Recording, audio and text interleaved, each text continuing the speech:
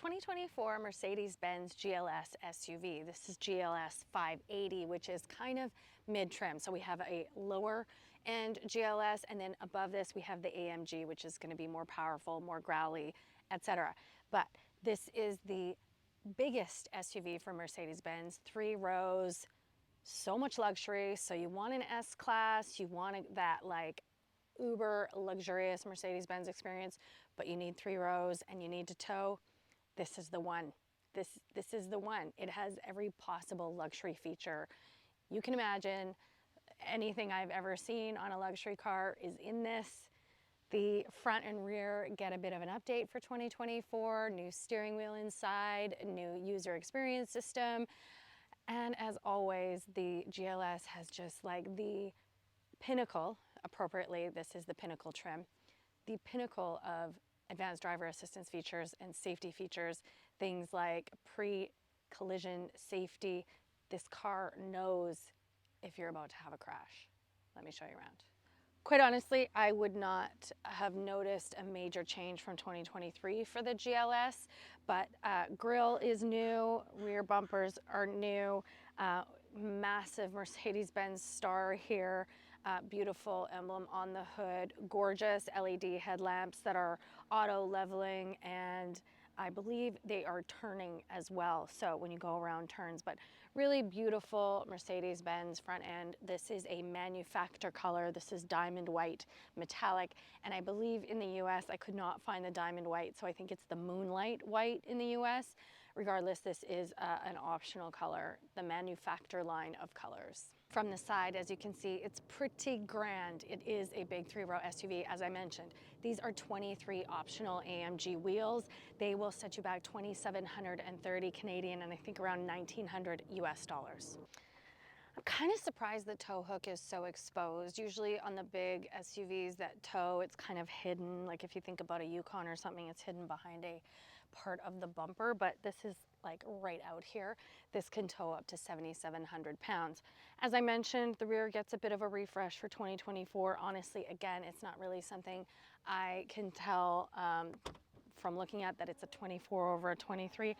Obviously, we get a power liftgate in this luxury SUV, and we can lock the power tailgate from the back here. We have a little sub trunk and a spare tire and a privacy shade when the 3rd row is not in use. This also can lower.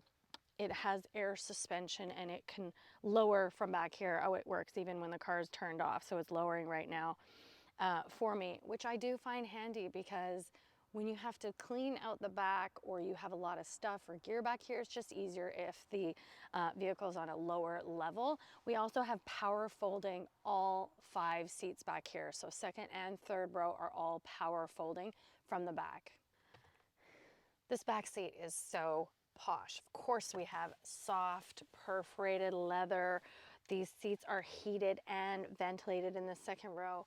We have 5 zones of climate control. I know that sounds dramatic, but that means 1, 2, 3, 4, 3rd row, 5 different temperature controls.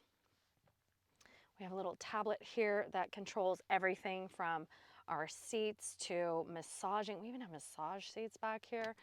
We have a little storage cubby. We have a wireless charging pad. We have pillows. We have these lumbar support, weird kind of sticking out seats.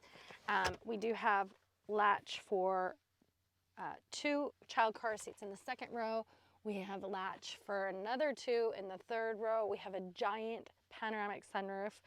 These doors have power window shades that can even be controlled from the driver's seat as well. We have seat pockets. We have USB-C chargers here in this secret little cubby. There's 2 USB-Cs in there and a little floating console for your phone. The floor is pretty flat, so we have lots of room. These seats are power. As you can see, they even work when the car is not even turned on. We have heated and vented seats. We have wood and leather throughout. We have the amazing Burmester sound system in here, vents and more vents up here, lights, just, I mean, pretty much everything you would expect in a luxury SUV. When you just want to quickly get in the 3rd row, this is a process. These are power forward tilting second row seats, so it takes a minute.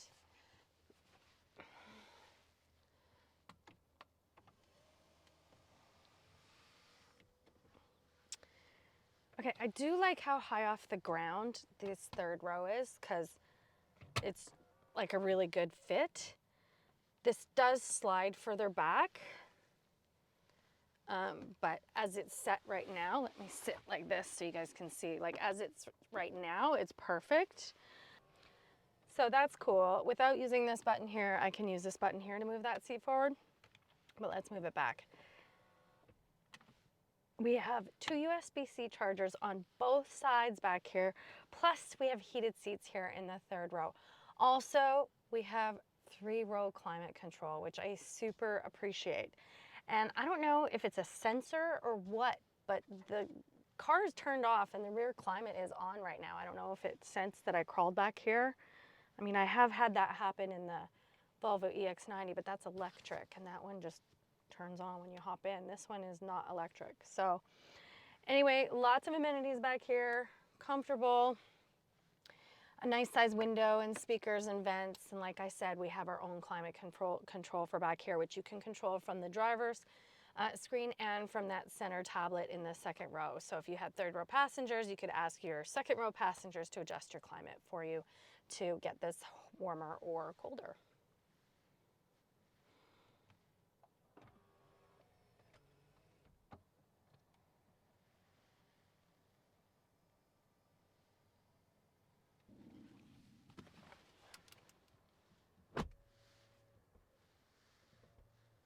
I don't know if you heard that, but yes, it even has soft close doors, which I love on luxury cars. Our start stop button is down here and our auto start stop button is right beside it, which I love on a lot of Mercedes. It does that.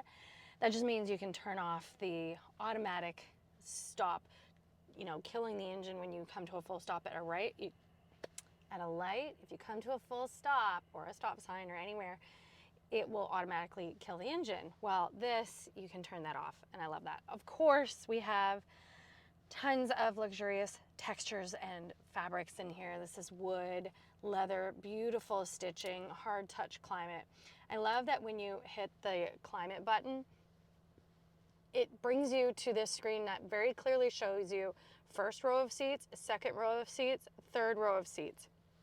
Very, very cool that you can have 5 zones. So we have 2-zone driver passenger, we have second row, right and left, and we have third row. So that's 5 different temperatures you could have going in this car. Of course, we have a big head-up display, which you cannot see on video. One big glass screen. We have wireless CarPlay. It's a nice big size.